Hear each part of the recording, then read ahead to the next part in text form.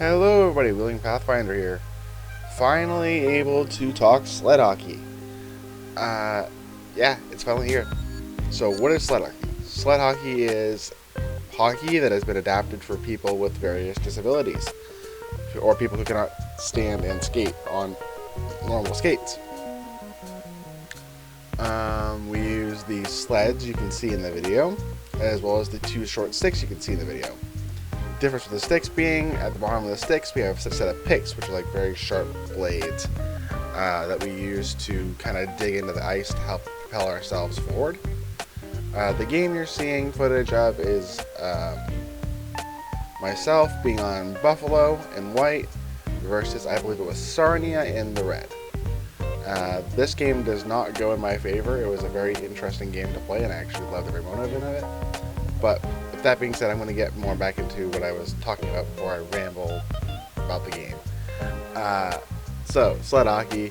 If there's anything that I would say to keep a note of if you want to join sled hockey, it's that you're pretty much going to need the normal equipment you would need, plus the aforementioned sled and stick. Because depending on what type of organization you end up being a part of, some organizations cover the sled for your first sled and first sticks. Some organizations do not. It just depends on how big the organization is, who their sponsors are, etc., etc., etc.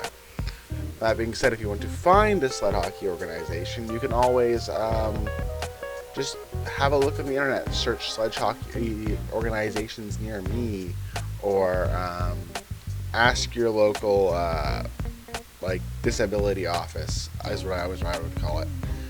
Basically your government administrators who would keep an eye on all that type of stuff and who track all the sort of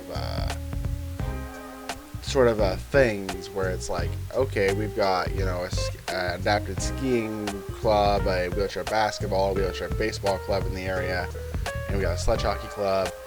And there is sort of an office that tracks a lot of that. So you may just need to do some digging to figure out where that office is and what it's called in your area. I have a tendency to call it that.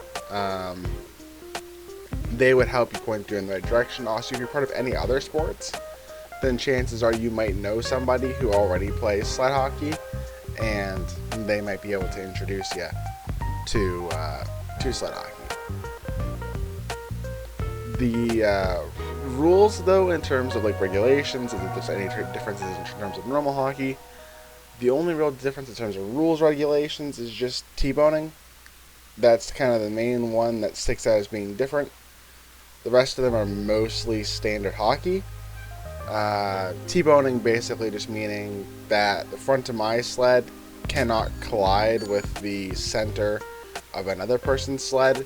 This is mostly due to the fact that a lot of us have spinal cord injuries, and so you don't want to make those worse by having people just ramming into each other playing bumper cars.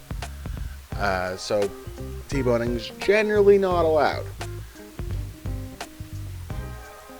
Now, the next kind of thing on my list of things to talk about is going to be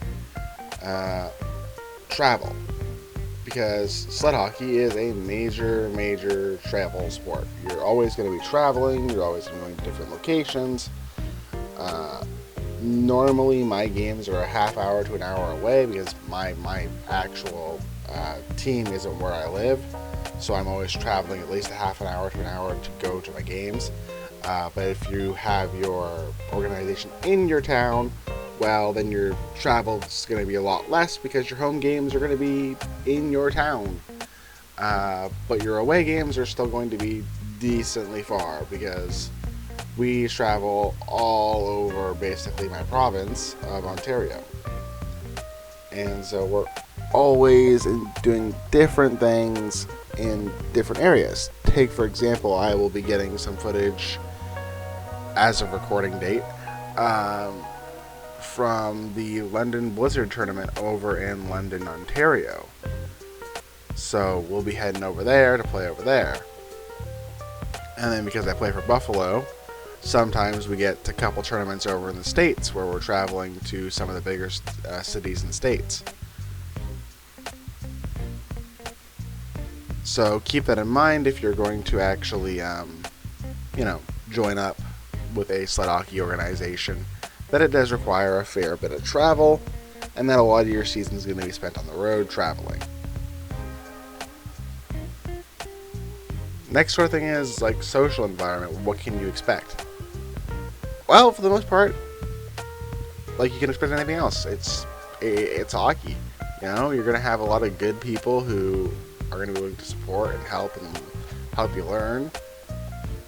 And it's always been a fun sport for me. I've never really taken issue with anything that I've encountered, and I've always found it to be a good environment, much like with airsoft. It's one of my major sports I've played pretty much my entire life. So the community is awesome. And that's for the most part the main sort of major things I can think of in terms of talking points for today's video. I hope you've all enjoyed.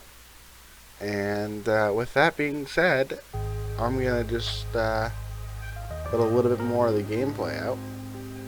If you guys are enjoying the gameplay and actually want to see like some more of this sort of like overhead footage where I either commentate on the game or I actually, just put some music over it or even just leave it raw, go ahead and put some comments down in the comment section. I'll be sure to respond to them, and that'll help me know how to edit these videos, because I'm always at a loss as to, do I edit, do I do a voiceover, what do I do with sledge hockey videos, because my original plan was to mount a camera to my helmet, but I wasn't allowed to do that because they don't want it going flying when we get checked,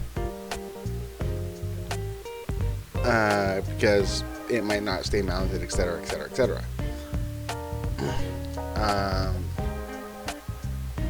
But yeah, that's sort of the main take.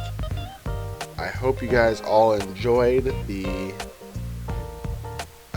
footage, and look forward to more, because I'm gonna be, like I said, over in London recording some more footage from a awesome tournament that I go to every year. With that being said, like, comment, and subscribe, and I'll see you guys in the next video. Bye bye.